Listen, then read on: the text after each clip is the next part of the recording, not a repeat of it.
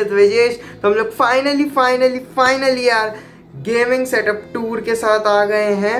मतलब setup tour बहुत समय से लगा हुआ था, मेरे को भी था कि बनाना है, पर उतना कुछ खास था नहीं सेटअप में। बेसिक से सिंगल मॉनिटर था, कैबिनेट भी उतना कुछ खास था नहीं, तो मैंने सोचा कि क्या ही बनाना। लेकिन फिर अब मेरे को बहुत सारे कमेंट आए, अब मैंने ग्राफिक कार्ड भी अपग्रेड कर लिया, तो मैंने सोचा कि चलो अब बना ही देते हैं फाइनली। मेरे को इच्छा थी बनाने की, पर कुछ दिखाने लायक था ही नहीं सेटअप में। अब ये थोड़ा लग भी रहा है सेटअप जैसा कि पिछले शॉर्ट्स में आप लोगों ने देखा होगा। और पिछले शॉर्ट्स कैसे लगे, मैंने थोड़ा बहुत ट्राई किया सिनेमैटिक लेने का। कंप्यूटर का क्या ही सिनेमैटिक लेता इससे ज़्यादा मैं, तो मैंने ट्राई किया, कैसा लगा शॉर्ट्स आप कमेंट सेशन में मेरे को ज़रूर बताना। मेरा एक और चैनल है प्रोलिफिक जोन नाम से, जिसमें कि व्लॉगिंग, और उसमें भी मैं ये सेटअप टूर डालने वाला हूँ, तो उसको भी सब्सक्राइब कर लेना। और चलो अब जल्दी से शुरू करता हूँ। पहले मैं आप लोगों को अपने सेटअप का कैसा आया, कैसे बना, सब ये एक्सप्लेन करूँगा। फिर हम लोग देखेंगे क्या मेरा टोटल कॉस्ट पड़ा, क्या क्या पार्ट्स इसमें लगे हैं। तो ये 2 हिस्सों में ये वीडियो रहेगा, तो जल्दी से शुरू करते हैं।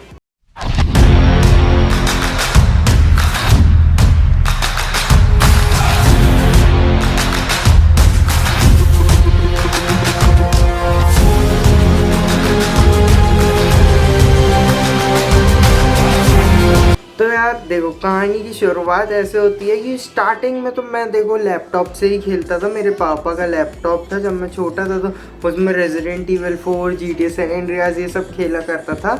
फिर 2015 या 16 में मैंने अपने लाइफ का पहला कंप्यूटर ख़रीदा, जिसमें कि AMD का एथलॉन X2 प्रोसेसर था। उसमें ज़्यादा कुछ खास था नहीं, और मेरी एक्सपेक्टेशंस थी कि भाई मैं GTA 5 चलाऊँगा उसमें, जो कि बिल्कुल भी पॉसिबल नहीं था। उसमें H31 मदरबोर्ड था और 2 GB बस रैम थी, जिसको कि फिर मतलब आगे चढ़ के मैंने वो कर दिया था, 2 GB की और एक स्टिक लेके 4 GB रैम कर दिया था उसकी।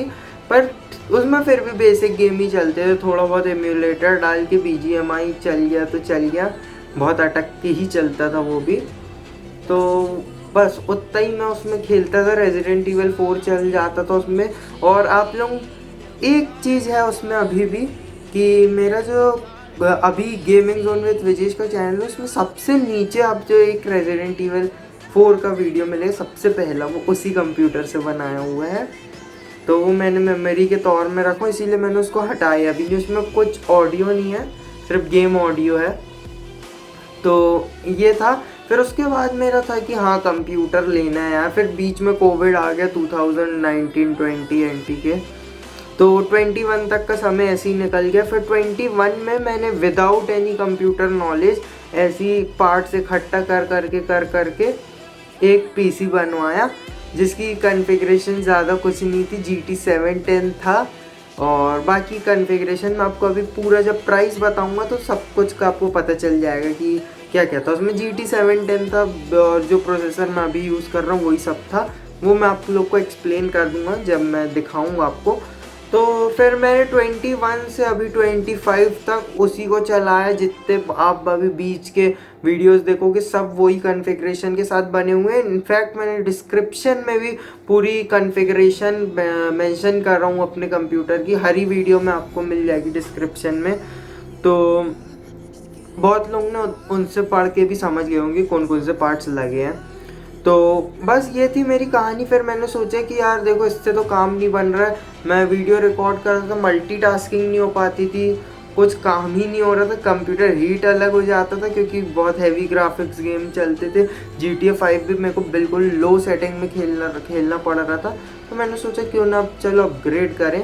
तो मैंने अपग्रेड किए GTX 1660 सुपर ओवरक्लॉक्ड आसूस वाले में, और मेरे को पावर सप्लाई भी उसके लिए बदलनी पड़ी। तो पावर सप्लाई मैंने लिया कूलर मास्टर की ब्रॉन्ज V2 ऐसे ही कुछ नाम है इसका, हाँ 450 वाट की है ये।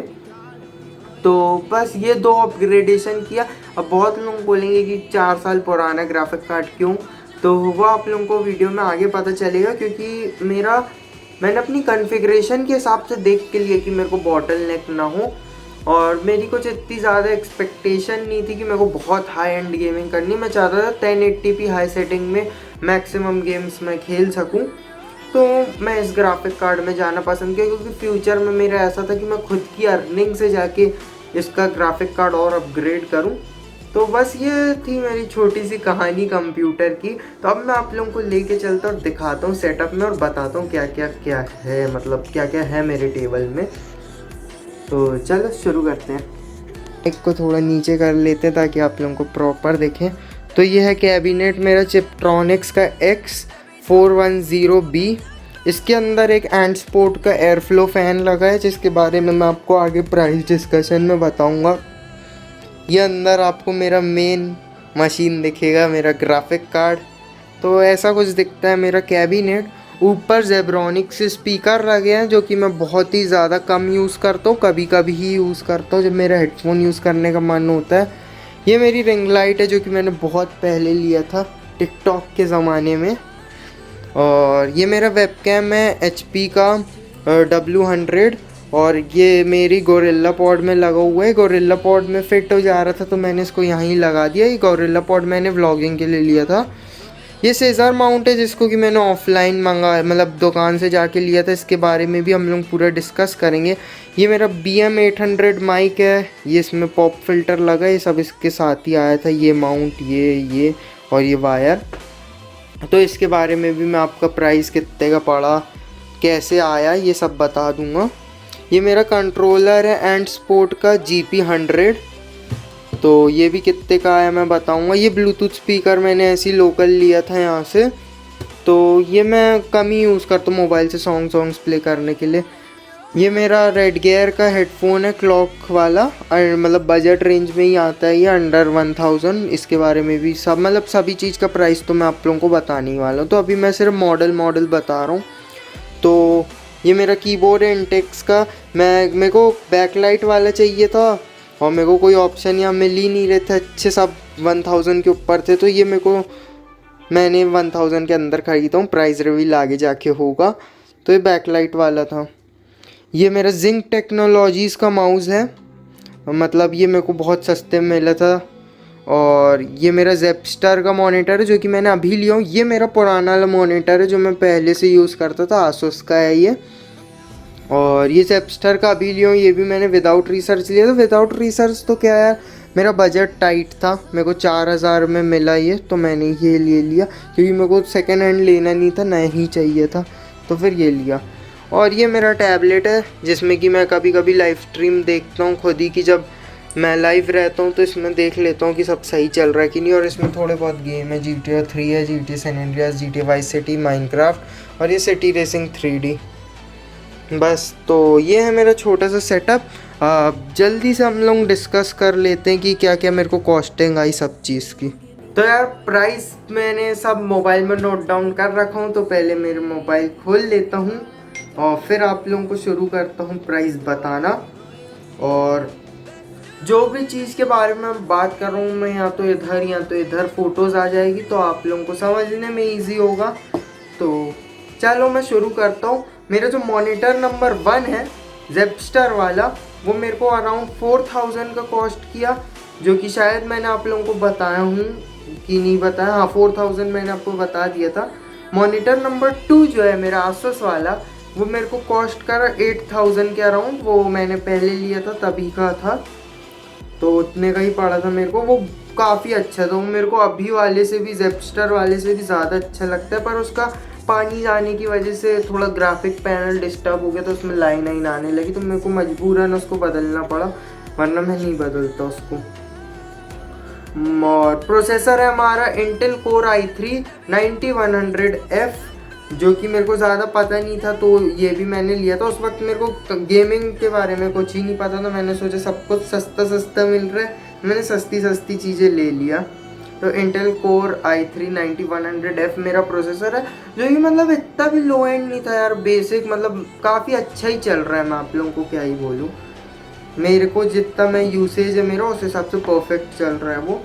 मदरबोर्ड है मेरा गीगाबाइट का H310M H2.0, वो मेरे को कॉस्ट की अराउंड 7200, ये भी मैंने ऑनलाइन मंगाया था। ग्राफिक कार्ड मेरा जो पहला वाला था GT 710 2GB GDDR5 वर्जन, वो मेरे को 3000 के अराउंड कॉस्ट किया। ये भी मैंने सोचा कि यार इतने सस्ते में ग्राफिक कार्ड मिल रहा है, वो भी 2 GB, GTA 5 तो मेरा चल ही जाएगा, यही मंगाते, यही है मेरा सब साथी। तो मैंने मंगा लिया, पर मेरे को फिर मैं देखा यार क्या ही चल रहा है। फिर मैंने जो ग्राफिक कार्ड 2 जो कि अभी लिया हूँ, GTX 1660 सुपर ओवरक्लॉक्ड एडिशन, तो वो मेरे को कॉस्ट की अराउंड 19,200। ये मैंने ऑफलाइन लिया ऑब्वियसली, क्योंकि ऑनलाइन ऑप्शन ही नहीं आ रहा था, मतलब अनअवेलेबल ही था वो, और जिसके पास मिल रहा था वो बहुत महंगा मिल रहा था। और पावर सप्लाई मेरी 1 जो थी फिंगर्स की गामा 401, वो मेरे को कॉस्ट की थी अराउंड 1000, वो भी मैंने ऑनलाइन ही मंगाया था, तो मेरे को 1000 की कॉस्ट की थी। ये मेरी पुरानी वाली थी। फिर जो मैंने अभी अपग्रेड किया हूँ अभी वाले ग्राफिक कार्ड के साथ, पावर सप्लाई 2 जो मेरी है वो है कूलर मास्टर की ब्रॉन्ज V2 450 वाट की, जो कि मैंने आप लोगों को बताया ही थोड़ी देर पहले। ये मेरे को कॉस्ट की 3350 रुपीज़ की।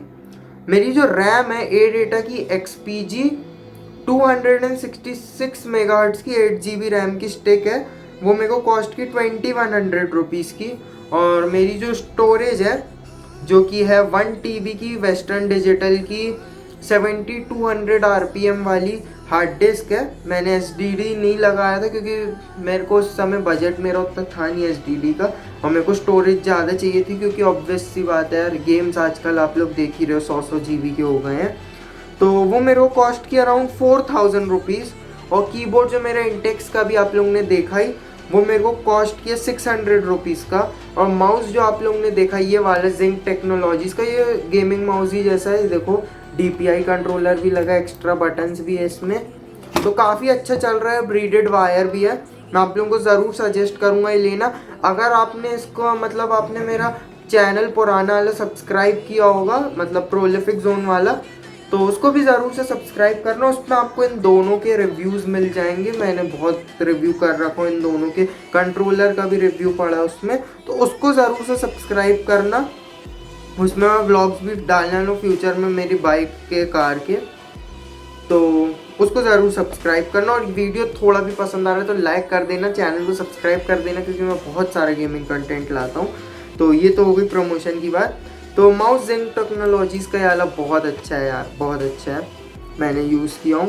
300 का काला प्राइस के हिसाब से बहुत अच्छा काम किया इसने, अभी भी चल ही रहा है। कंट्रोलर मेरे को 900 का पड़ा, GP100 एंड स्पोर्ट।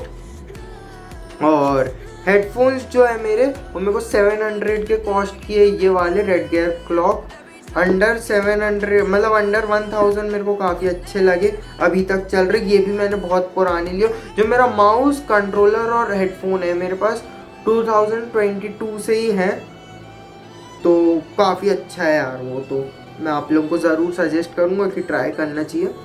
और जो मेरा माइक का स्टैंड है, ये सीजर माउंट बोलते हैं इसे, ये मेरे को कॉस्ट की अराउंड 400 रुपीज़, मैंने ऑफलाइन मार्केट से लिया था। रिंग लाइट जो है ये भी मैंने ऑफलाइन लिया था, मेरे को 600 की कॉस्ट की थी। 3 से 4 कलर में जलती है और उसकी ब्राइटनेस भी कम ज़्यादा आप लोग कर सकते हो। जो स्पीकर आप लोगों ने जेब्रॉनिक्स के देखे, वो मेरे को कॉस्ट किए 300 रुपीज़ के। और जो मेरा कैबिनेट है चिपट्रॉनिक्स का X410B, वो मेरे को कॉस्ट किया था 2500, ये मैंने ऑनलाइन ही लिया था। और जो आपने मेरे कैबिनेट के अंदर फ़ैन देखे हो, वो एंटी स्पोर्ट्स का एयर फ्लो करके है, मैं इसकी फ़ोटो यहाँ कहीं लगा दूंगा, देख लेना आप लोग। ये मेरे को कॉस्ट किया 700 के अराउंड, 700 के अराउंड कॉस्ट किया था मेरे को ये फ़ैन। ये ओवर प्राइस्ड मेरे को कॉस्ट किया क्योंकि मेरे को कहीं मिल नहीं रहा था। ये फ़ैन मैंने लोकल दुकान से लिया, ऑनलाइन नहीं लिया। अगर आप लोग इसको ऑनलाइन लोगे तो ये 400 से 500 के अराउंड कॉस्ट करेगा आपको। तो टोटल ये सबको मिला के मेरा सेटअप जो कॉस्ट कर रहा है, कैलकुलेट कर लिया हूँ, टोटल अपन को ये सेटअप कॉस्ट कर रहे हैं 70,150 रुपीज़, जो कि मैंने आपको पूरा, यार ये बारिश वाले कीड़ों से मैं इतना परेशान हूँ ना, आप लोग मेरे लाइफ में भी परेशान हो गए होंगे इन कीड़ों से। तो टोटल मेरे को सेटअप कॉस्ट किया सब कुछ मिला के, पुराने अपग्रेड जो मैंने 2 किया पावर सप्लाई और ग्राफिक कार्ड के मिला के 70,150 रुपीज़ का सेटअप पड़ा। और अगर करेंटली हम लोग बात कर ले सेटअप के कॉस्ट की कि अभी जितनी चीज़ें इसमें पड़ी है, तो वो आएगा 66,150 रुपीज़ का।